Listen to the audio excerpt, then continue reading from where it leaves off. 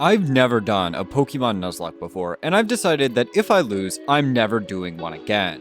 I've seen all these pros beat Nuzlockes with calculators. How hard could it possibly be? I can't even beat those games normally, though. Oh! Care, right? Once beat Kanto with 3 Pokemon left, Raticate, Butterfree, and Golbat? That's wild. What the fuck? Please don't one-shot me. Oh! What the fuck? So, who does a god-tier player like me pick as their starter? Trico, obviously. My thoughts were that since the region is 99% water, a grass type would definitely come in handy. Chat says there's a 50% chance I lose the first fight to my rival, but I know my type matchups as a professional Pokemon expert, and grass is great against fire, so I basically win this fight automatically. After a not even close battle, I help this Wally guy catch a Pokemon. Onto the forest, where I grab a couple more Pokemon. I'm sure they'll be useful later and totally not die in their first battle. Now for the scariest fight in this entire playthrough, this random double battle. I genuinely went in a little bit scared because if both of the opponent's Pokemon target one of mine, I could get hit like a truck. But hey, I take out the first Pokemon just fine, so I'm not even sure what I was so worried about. I stopped paying attention after defeating the first Pokemon. I notice it uses Bide, but I don't pay any attention to it. I'm aware of what Bide does, but I figure I could just take it down fast enough before it can get the move off, so it doesn't really matter at all. I can't even beat those games normally, though. Oh! I thought the rest of the battle would be a cakewalk. It wasn't. And it wasn't even to a gym leader or my rival, it was to a random 10-year-old with a C-dot. This is gonna be much harder than I first thought. Well, let's get a new Pokemon to replace the last one, I suppose. I luckily grab a Nincada, which is actually an amazing Pokemon, since Shedinja can come in clutch for later fights. Speaking of fights, it's time for the gym leader. Trico, my starting pick, is great against the first rock-type gym leader. I wipe the floor with Roxanne, soloing it and not losing a single one of my Pokemon in the process, recovering my confidence after my misstep a moment ago. My second gym fight goes just as well, defeating Brawly for 2 badges. Maybe this isn't so difficult after all. I get a Magikarp. This seems like a super useless Pokemon, but the evolution of Gyarados ends up being the backbone of every single fight for the rest of my run. Its ability Intimidate lowers the attack of all opposing Pokemon, which gets me through some tough fights. So yeah, I'm on a roll. There's nothing that could possibly stop me from crushing this Nuzlocke on the first try. Oh.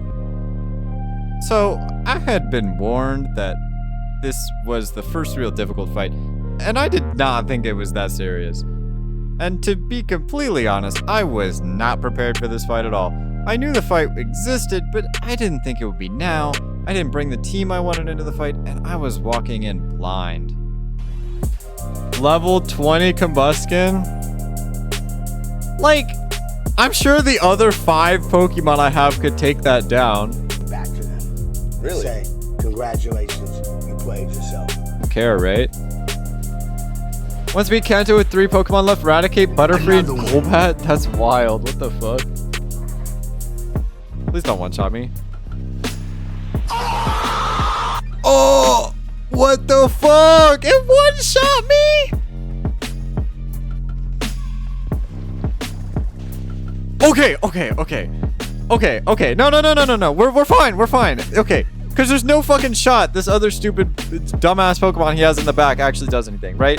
Like, there's no chance the Shroomish fucking actually accomplishes anything here, right? Like, surely there's no way, right? But losing the Zubat was bad. That was not ideal. But it was a sacrifice that had to be made, because that was the only way I was taking that thing down. Okay. Ouch. I lost way more Pokemon in that fight than I should have, and I played it super poorly. I'm coming out of the fight with my team just barely hanging on, and importantly, I kept some key important Pokemon like Nincada and Grovyle alive though. After getting humbled in that fight, I vowed that the next fight, I'd come in more prepared, with a concrete strategy. I evolved my Nincada, getting both a Ninjask and a Shedinja. Both Pokemon are extremely useful, so I keep them with me, but I value the Shedinja highly, as later on I know that it's going to be able to help me beat some powerful Pokemon. Next is Watson, the 3rd gym leader. I knew it wasn't going to be nearly as easy as the first 2, and I was very, very correct. Dude, I'd just like to point out, if his Thunder Wave didn't paralyze my Linoone 3 times, we would not have even been in this spot, bro. I swear to you, we would not be losing this hard. This stupid gym leader just keeps using Volt Switch, constantly switching out while I'm bombarded with unlucky paralysis and confusion. This is so weird. Oh, that's crazy. We're actually done, bro. Oh my god. Despite still having most of my Pokemon left, I'm in a terrible position with no clear way to win the fight. I know that if I go down here, the run is over and I'm not redoing it. Most importantly, I want to keep Ninjask, Shedninja, and Grovyle alive as my key mons. One by one, my Pokemon go down, and it's looking even worse. However, I refuse to lose here. I'm now stuck with just the 3 Pokemon left that I want to keep, and I have to make a difficult choice. I can win the battle, but one of the 3 is going to have to be sacrificed to pull it off. Ninjask is fast and powerful and is able to carry fights. Grovyle is my starter Pokemon and has the capabilities to Mega Evolve later. And Shedninja, well, it hasn't really done a single thing for me yet. If I want to win this battle though, I'm gonna have to make this choice. I needed Ninjask to win this fight, but I needed Shedninja and Grovyle to win the run. That's not real, bro. This is not real! Why is this guy so lucky? He had 3 accuracy drops. Ninjask went down, winning me this battle, and I only hoped that choosing Shedninja would be worth it. Left with just 2 Pokemon in my party, I'm able to defeat Watson, burned and bleeding, but making it out just barely alive. I walked into the fight with a full team and ended with only 2 Pokemon remaining, and this is only the 3rd gym. So, with my near defeat weighing heavily on my mind, I set out to find new Pokemon to replace the ones that I'd lost. Interestingly, I find a Rosalia. It's similar to my Grovyle, having self-healing capabilities that make it quite useful, but it also has the ability to poison and paralyze opposing Pokemon, giving it an amazing amount of utility. And before I know it, I'm not on to the next gym leader, but instead my first fight against Team Aqua's leader, Archie. Team Aqua, pretty obviously, uses mostly Water-type Pokemon. Except, you know, all the times that they use this other stuff that isn't Water-type Pokemon, I opt to send out my baby Machop into this big dog I'm up against first. It's a very easy fight since I've got all of these amazing grass types. There's no way that I'd had any trouble in this super easy matchup. That is, until I start getting luck diffed again. Just like Watson, I'm hitting myself in Confusion on repeat. Confusion is the actual villain of this run. But it's okay, because it's the first time I get to show you all the true power of my new Gyarados. I switched the Gyarados in, lowering the attack of the opposing Sharpedo, which, unlike the Water-type villain's first 2 Pokemon, is actually a Water-type, surprisingly. Come on, they're supposed to be Team Aqua, man. My Gyarados has great options for coverage moves like Rock Smash, which gets the Sharpedo low, and I get unlucky with Confusion again. I'm suddenly in a surprisingly bad position. The opposing Sharpedo just happens to know Ice Fang, which puts both of my grass types at a disadvantage, so I'm hesitant to switch either of them in. My Gyarados is now too low, and I can't risk taking another hit from Confusion. I send my full health Machop back into the fight, thinking that it'll be able to survive a hit, and well, it does, but then it also gets hit in Confusion. At this point, I've got a slight issue. My Gyarados is low HP, my Pokemon are all confused, and I'm scared to switch in my grass types for fear that the Sharpedo would one-shot them with an Ice Fang. But I've got no other choice, I've got to send in one of my grass types. Thankfully, I finally don't get hit in Confusion, and I finish the fight, not losing any of my Pokemon, but definitely feeling scared. Then I catch a Spoink? I forgot this Pokemon even existed. Like, no, seriously, do any of you even know what this thing is? Surely it can't be that useful, right? I go ahead and toss it in a box, forgetting about it completely. Making it through the mountains, I arrive at Lava Ridge Town. So remember at the beginning when I picked the grass type starter? This is coming back to bite me now. Flannery, the gym leader, is using all fire types. Luckily, as a region comprised of 99.9% water, I have a couple of water types in my arsenal to contest. At this point, I developed some semblance of a real strategy coming into most of my fights. Both my Rosalia and Tentacool have Toxic Spikes as an entry hazard, definitely not to prevent the endless switching that obliterated me against Watson earlier. Obviously, I opt to send out Tentacool first, throwing down Toxic Spikes and confusing the opposing Slugma. I'm prepared for a long, tough fight, so I want to be sure that I'm not taking any chances. I take a bunch of turns setting up with my Numble, building up my stats to hopefully be able to knock out a couple of Pokemon.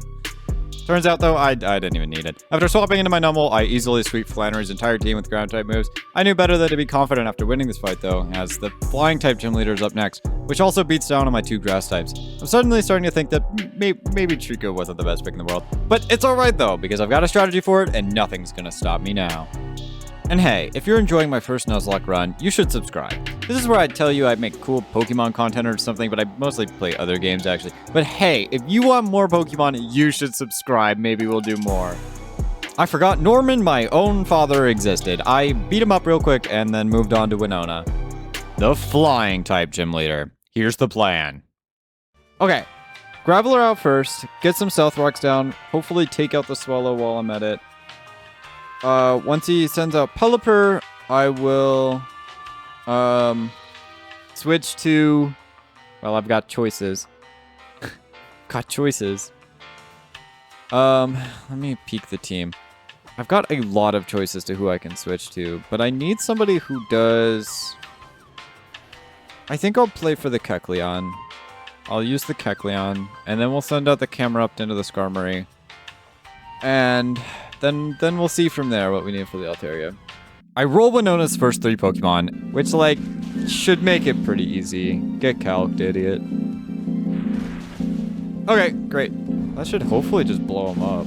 Holy shit, yeah, okay, that's exactly what happened. Oh my god. And so it's just one Pokemon left, the Altaria. This should be easy. Simple, even. But then, it uses Cotton Guard. I didn't really think this would be a big deal since it raises the Altaria's defense, but it used Earthquake to knock out my only special attacker. Uh-oh. Holy shit, did it always have that? Why does it know that? This will probably kill me, and that's okay.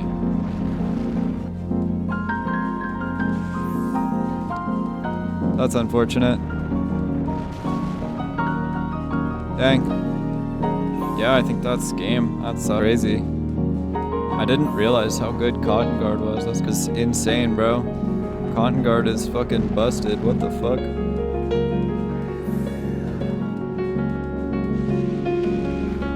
Damn, bro. That's crazy. I did not really check the moveset on this thing. There goes a ton of my best Pokemon, lost in just a single battle. This was the first real defeat I'd suffered in the run, and I didn't really have that many Pokemon left in the box. And of the Pokemon I did have left in the box, they were mostly weak or were weak to flying types, and with limited options left, I only really had one thing left to do. Use this useless Boink. I really thought this was useless, but faced with no more choices, I just had to throw it in my party. Evolving it into a Grumpig, I realized that it can use a surprisingly useful move, Power Gem. It's a Rock-type move, and it's the best shot I've got at winning. My Grumpig is able to take out the Swallow, and to my surprise, after defeating the Swallow, Winona immediately sends out the Altaria, the Pokemon that crumpled me last time. Somehow, though, Grumpig literally just 1v1s it like it's nothing, and the rest of the battle is a sweep for my other Pokemon. And I crit! They really want me to succeed. Finally, god fucking damn, bro, I only needed 2 crits. It's pretty terrible that I lost a bunch of my best Pokemon, but I've still got my starter and this surprisingly powerful Grumpig. Maybe I underestimated this thing. After that gruesome encounter with the gym leader, I get jumped by my rival again. I'd say I'm more prepared this time, but to be honest, every Pokemon in my party is just the ones I have left. I managed to defeat my rival without much issue. Pummeled. Fucking one-tapped him. Okay, well, fine. I don't know what its last Pokemon is, though. Chill in. We're actually so fine. The next gym leaders, Lisa and Tate, I beat easily. Alright, any potential coverage moves that might be a problem are out of the way.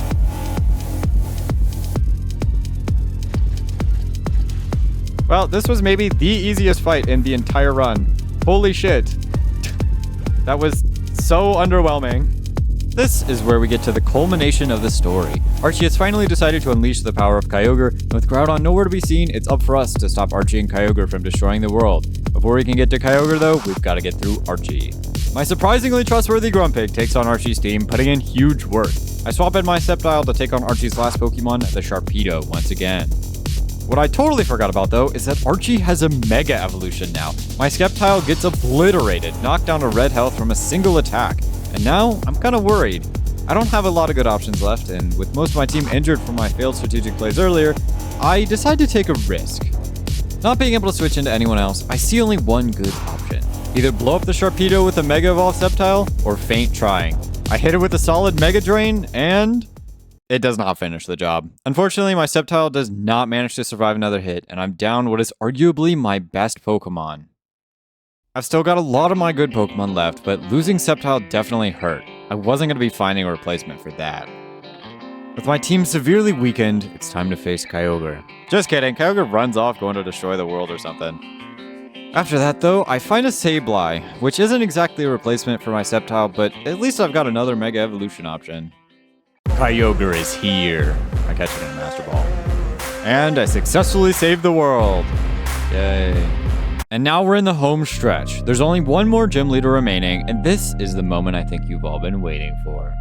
Remember earlier when I kept my Shed Ninja alive and sacrificed the Ninjask? Well, this is where it saves the day. See, it turns out, the Ice-type gym leader Wallace has literally 0 counters to Shed Ninja, not a single super effective move. So I cheesed the entire gym fight with it. A whole entire difficult battle reduced to nothing but a 20-minute poisoning experience. Let's go! I hit through that. I hope that one hits. Okay, great. Okay, now it should be free. I just switch into Shed Ninja and we win. New DLC for a game that released 26 years ago that came out last week. That's kind of insane. We got him.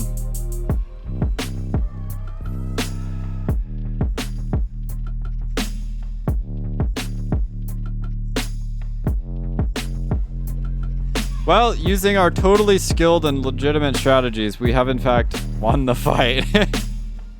And just like that, we've got our final gym badge. We have 5 difficult fights standing in our way before I complete my first ever Pokemon Nuzlocke on the first try.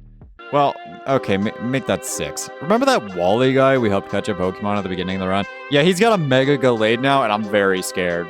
It's a tough fight, or at least that's what I would say, if my Shed Ninja didn't come in clutch again, literally 1v1ing his Mega Gallade like it was nothing. Unfortunately, this is where Shed Ninja's use would come to an end. As helpful as it was for the few battles leading up to the Elite Four, every Elite Four member has multiple answers to its Wonder Guard ability. Despite that, I bring it with me anyway, just in case I find a niche use case for it against some specific Pokemon. And this is it. 4 Elite Four members in the champion, and I'll win. My Mega Gyarados easily destroys the first 2 Elite Four members with really no problems. And before I know it, the third fight is upon us, Glacia. It's a little tougher and a bit scary, but I do make it through easily. My level cap right now, by the way. Yeah, going into the last fight, it's 55, so I might as well put it up. Okay! 3rd Elite Four member down! But my easy progress changes on the final Elite Four member, Drake. Okay, that definitely hit me, but I don't think it hit me hard enough to matter. One-shot that. My plans to use Gyarados are stopped short as soon as I'm taken down to red health and flinch. I have the Fairy-type Azumarill, but I kind of forgot to actually teach it a Fairy-type move. Luckily, it's still immune to Dragon-type attacks, and then it gets paralyzed. I'm getting luck gapped again. It's literally Watson all over again. I'm getting nervous now. I don't have a lot of answers to the Salamence, and after that, Drake still has 2 Pokemon left. I contemplate my options for a moment, and then I switch out into Roserade. I don't think this is the best choice, but I'm not sure what else to do. And unfortunately, it gets knocked out. It's not too big of a deal, since we're so close to winning the Nuzlocke, but not having Roserade for the final fight would turn out to be really bad. But I have faith in my Grumpig. It hasn't failed me yet, and it wouldn't fail me now. I pummel the Salamence after dodging the super effective Crunch that might have knocked me out, and I sweep the rest of Drake's team. Okay, that's good. We are actually big ballin'? Okay, Kingdra is definitely something that I'm not happy to fight. Okay. Yeah, no, I think that was the best move to make. That is not a move that made me happy, but is what it is. I think we had to sack something, and I genuinely think Muscles is gonna be more useful here against the champ than Roserade. It's time. With no Roserade left to save me, I send out the Grumpig. My best move is just to set up into the Skarmory, as it doesn't have much damage it can hurt me with. I get off a few Calm Minds, but I get poisoned in the process. I know my Grumpig is going to faint after a few turns, but with the amount of setting up I had done, all I needed to do was wipe out as many of Steven's Pokemon as I could. Using this, I take out the Skarmory and Armaldo and get the Aggron extremely low. I then use my Machoke to trade for the Aggron and one of Steven's full restores. I also make an even trade with my Azumarill and his Claydol. Then, it's an even matchup. Well, sort of. Steven has a Cradily and his Mega Metagross in the back versus my Gyarados and Shed Ninja. But I have one trick up my sleeve. I can simply take out the Cradily with my Gyarados and use Shed Ninja to finish the job for an easy win. It's gonna be that easy. Piece of cake, right? I Mega Evolve my Gyarados, obliterating the Cradily, and prepare for my inevitable victory. I switch into the Shed Ninja, and it dies. Huh? Wait, what? What happened? It was supposed to 1v1 the Metagross. Oh, the spikes! It's now a one-on-one. My trusty Gyarados versus Steven's Metagross, both Mega Evolved. I know that both Pokemon have the capabilities to basically one-shot each other. It would just come down to who moved first. And I was slower. It's doomed. There's no way I can win now. But wait, I lived on a measly 33 health. And with a crunch, I defeat the Metagross, winning the Nuzlocke on my very first try. And that's it. It was extremely close, but even to my own surprise, I actually pulled it off.